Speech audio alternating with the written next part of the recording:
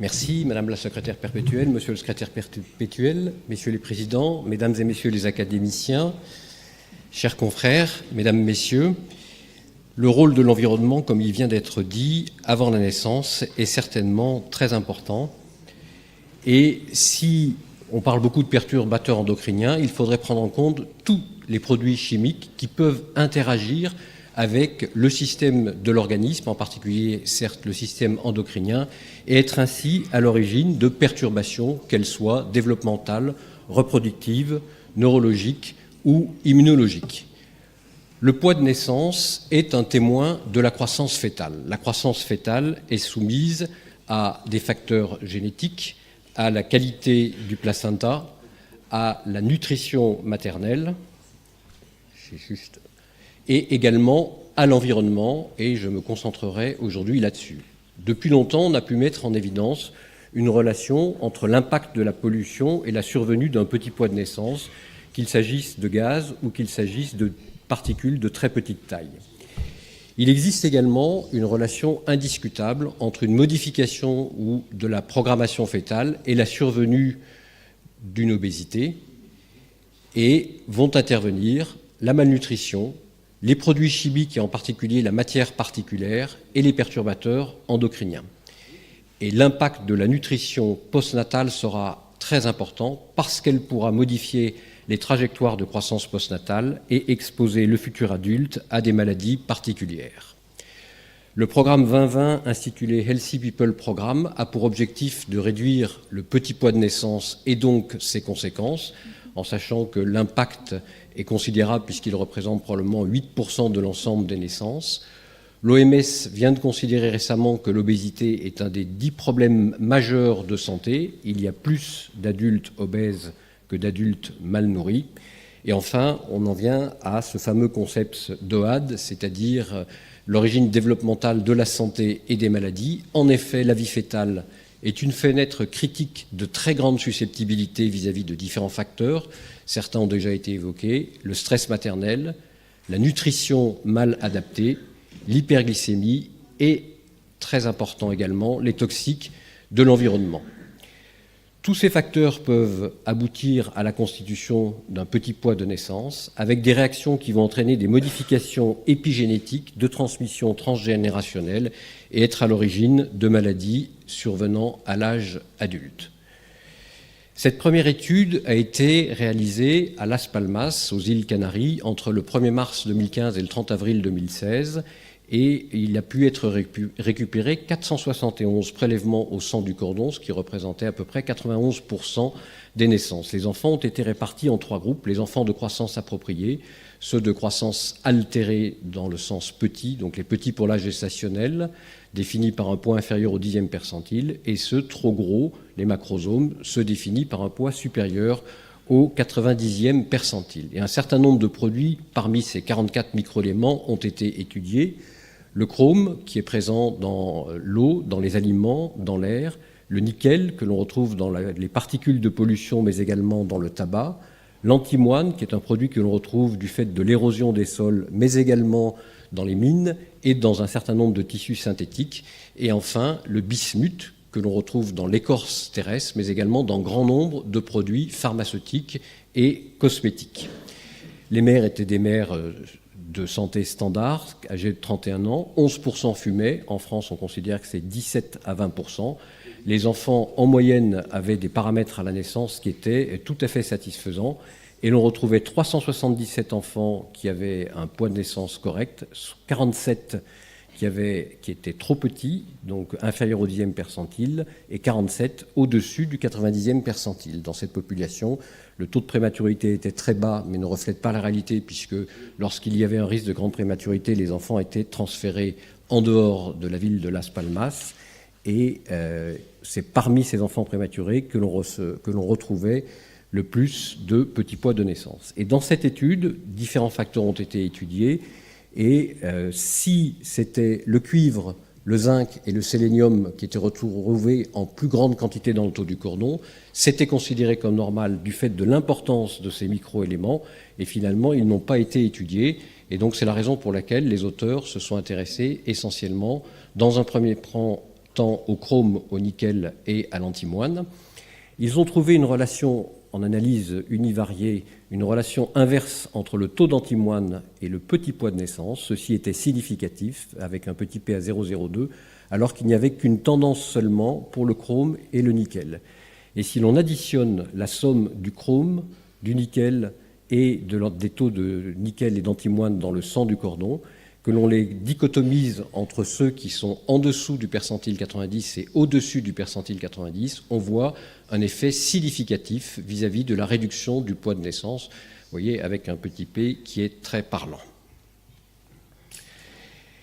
Ils se sont aussi intéressés au bismuth et ils ont mis en évidence la même relation inverse ou néfaste sur le poids de naissance de façon extrêmement significative, avec un risque qui est multiplié par un facteur de l'ordre de 5.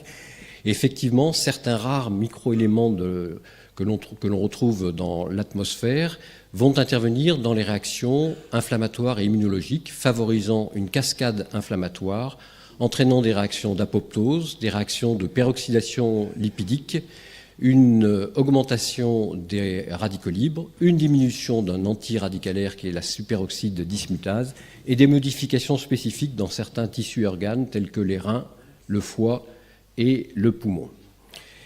Cette étude a évalué l'impact de matières particulières de taille inférieure à 2,5 micromètres sur le poids de naissance. Et effectivement, une première étude avait montré qu'une augmentation de 10 microgrammes par mètre cube de ces particules s'accompagnait d'une diminution du poids de naissance. Et une autre étude en Californie n'avait pas trouvé la même chose, avait trouvé plutôt une influence prépondérante de la constitution de l'ozone sur la survenue d'un petit poids de naissance.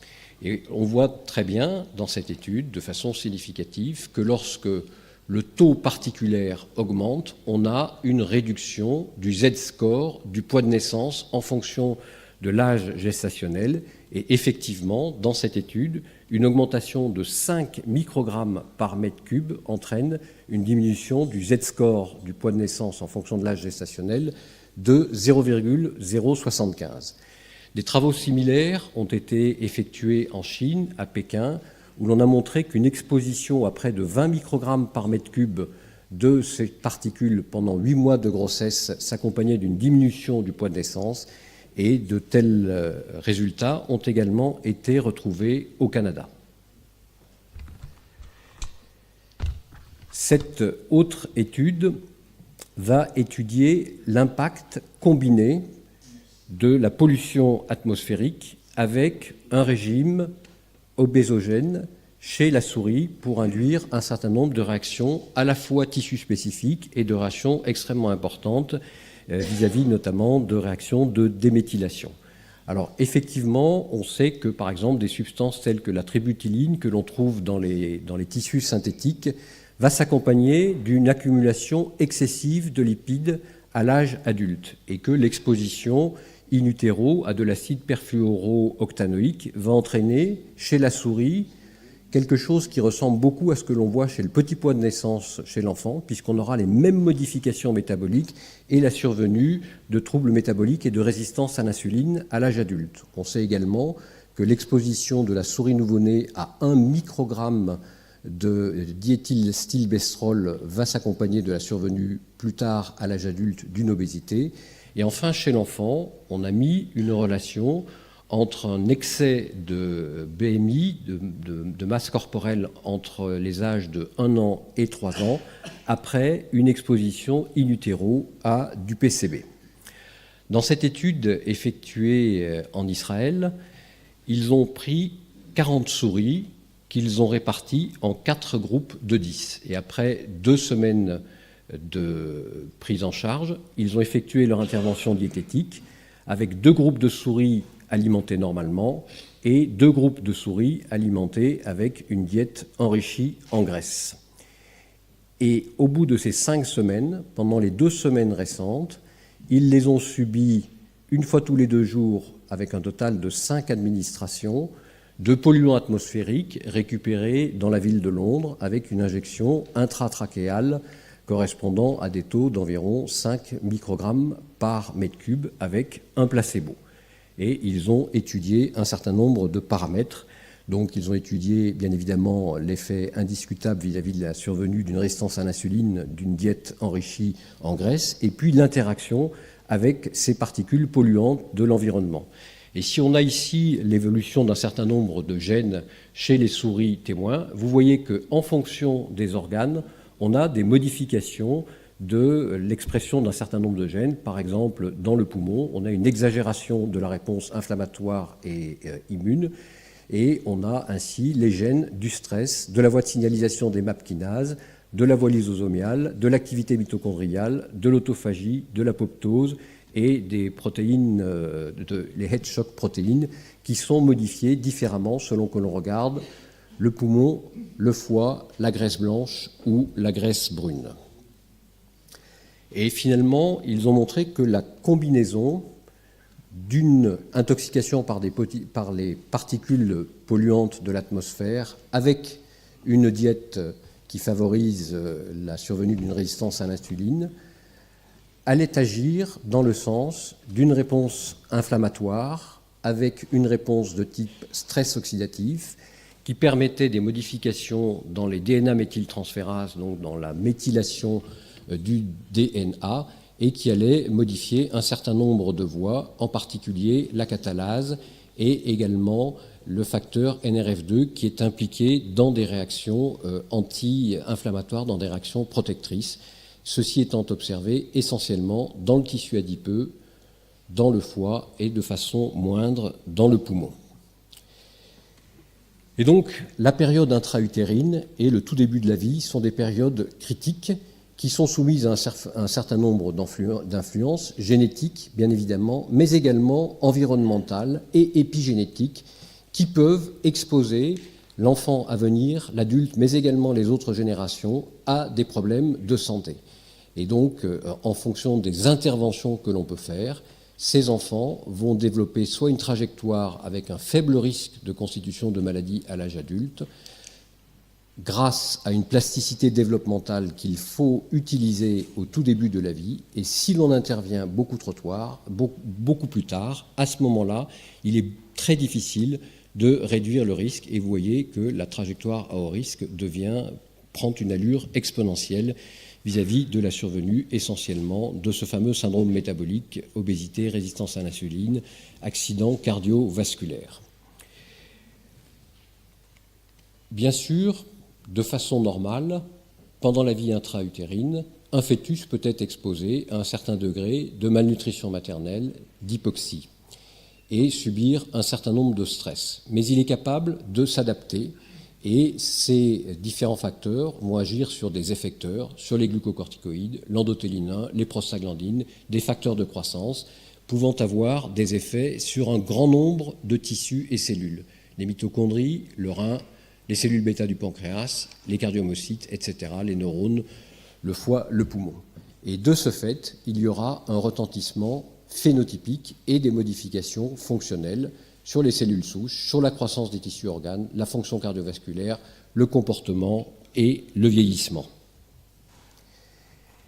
Et lorsque l'on rentre dans une phase physiopathologique, de mauvaise adaptation à soit des facteurs parentaux, malnutrition maternelle, obésité parentale, prise de poids excessif pendant la grossesse, voire même diabète gestationnel, de pathologie maternelle, la prééclampsie, de pathologie fétale et néonatale, l'accouchement prématuré, le retard de croissance, l'exposition à des contaminateurs environnementaux et au tabac. On peut avoir à un stade précoce un retentissement de type tératogénétique avec des malformations congénitales ou un défait périnatal, où on aura une mauvaise réponse adaptative et des retentissements sur la croissance des organes et finalement sur des fonctions physiologiques, et ce, sur le très long terme. Et donc, pour finir, il existe des moyens de prévention extrêmement précoces. Et de quoi parle-t-on ? On parle de la prévention de maladies de l'adulte, les accidents cardiovasculaires, les accidents vasculaires cérébraux, le diabète de type 2. Et dans cette période fétale critique, s'il est difficile d'intervenir sur la génétique, on peut intervenir sur l'environnement, et la protection de l'environnement est un élément qui doit nous préoccuper au plus haut point, du fait d'une plasticité développementale dont il faut profiter avant que ne se développent trop de mécanismes épigénétiques sur lesquels actuellement il est difficile d'agir. Je n'ai volontairement pas parlé du microbiote parce que c'est l'objet, entre autres, de la présentation ultérieure, mais il y aurait beaucoup à dire. Et il faut insister sur la nutrition précoce dans les 1000 premiers jours de vie. Je vous remercie.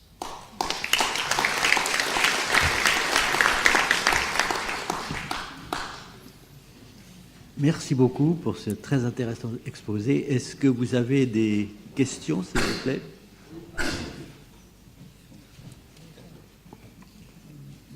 Oui. Oui, André Vacheron. Oui, merci, cher Daniel. Oui, dans votre excellent exposé, vous avez évoqué le rôle du tabac et celui de l'alcool. Est-ce qu'il a été étudié sur son retentissement et son rôle délétère dans l'apparition du syndrome métabolique ultérieur? Alors, l'alcool spécifiquement est connu pour son rôle délétère très précocement dans l'organisation du développement du cortex cérébral et du retentissement à long terme, ça c'est très clair. Par contre, je n'ai pas connaissance de travaux évaluant spécifiquement le rôle de l'alcool dans la survenue du syndrome métabolique. D'autres questions? Je voulais vous demander, vous avez montré dans une étude que des mères avaient dans le sang du cordon un certain nombre de polluants et que ça avait un effet sur l'avenir de l'enfant. Est-ce qu'on a une relation entre l'environnement de ces mères qui étaient, dont le sang du cordon était riche en antimoine et les autres? Pourquoi certaines d'entre elles donc étaient... Est-ce qu'on a une idée sur le facteur déclenchant de... Alors, la cohorte dont je vous ai parlé, il y avait deux cohortes intéressantes, celle de Las Palmas, sans particularité évidente, et puis deux autres cohortes qui étaient en Amérique du Nord et au Mexique. Il y a d'autres travaux qui ont montré la même chose avec la contamination du lait maternel, et il y a eu un travail récemment qui a étudié des populations spécifiques au Togo et qui ont montré que le style de vie, que la contamination de l'eau dans laquelle le poisson était pêché, l'activité professionnelle des parents et notamment du père pouvait influencer l'environnement et à ce moment-là modifier le taux de microéléments dans le sang du cordon dont certains avaient un rôle toxique vis-à-vis de la croissance fœtale. Et ce qui est important, c'est de comprendre que ces facteurs environnementaux contribuent à la survenue d'un petit poids de naissance et que le petit poids de naissance est un facteur de risque. Donc tout ce qui peut agir pour limiter la survenue d'un petit poids de naissance permettrait en théorie de diminuer un certain nombre de maladies à l'âge adulte. Merci bien. D'autres questions? Pierre Corvol. Oui, dans votre première cohorte, ça s'est passé rapidement, mais je n'ai pas été totalement convaincu, parce que vous avez un intervalle de confiance, par exemple, extrêmement large, de 1 à 20. D'une part, vous faites des sommes, enfin, ils ont fait, pardon, des sommes, oui, absolument, de différents métaux. Les P ne sont pas terribles, et puis... il y a en plus un saucissonnage en fonction des percentiles. Enfin, je trouvais que c'était pas extraordinairement convaincant. Alors, vous avez raison. C'est vrai que l'article développe beaucoup la méthodologie statistique qui est extrêmement compliquée et difficile à suivre. Alors, je veux pas c'est pas parce que je suis pas très fort en statistique que je dis ça, mais je me méfie toujours quand on a une méthodologie statistique très compliquée et peu accessible au commun des mortels, de vouloir faire dire des choses qui sont peut-être pas si évidentes. Donc ça, c'est un premier point. Après, je pense que le fait de dichotomiser chaque particule supérieure au 90e percentile et moins que le 90e percentile est quand même intéressant, parce que ça veut dire que si la contamination environnementale n'est pas si importante que ça, le risque est très très faible. Mais lorsque l'on a une pollution extrêmement importante, qui touche peut-être moins de régions, à ce moment-là, le risque devient important. Je pense que le message, il est surtout là. La somme de 3, 4 ou 5 particules, bien sûr que ça peut correspondre à des régions spécifiquement polluées où on a une multiplication de particules qui interfèrent et peut-être que la sommation de risques toxiques pourrait intervenir, mais ça reste très théorique. Je crois qu'il y a une question encore.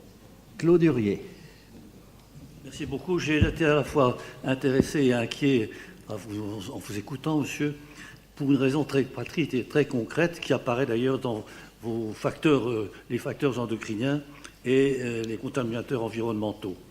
Parce qu'on connaît bien sûr cette sensibilité du fœtus et vous faites remarquer, vous confirmez plus exactement qu'il y a une période très critique autant que je le sache, sauf avis contraire de votre part, cette phase elle est extrêmement précoce au début du développement embryonnaire.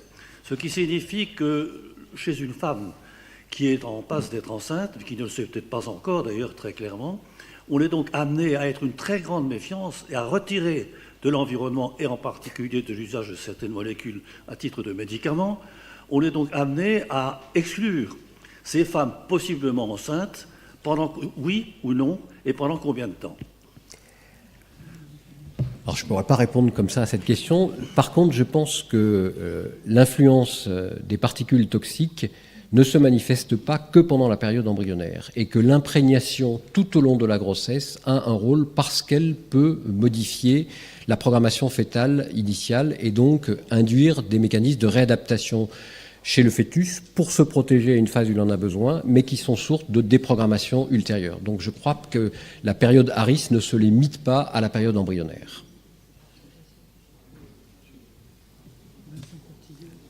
Vincent Courtillou.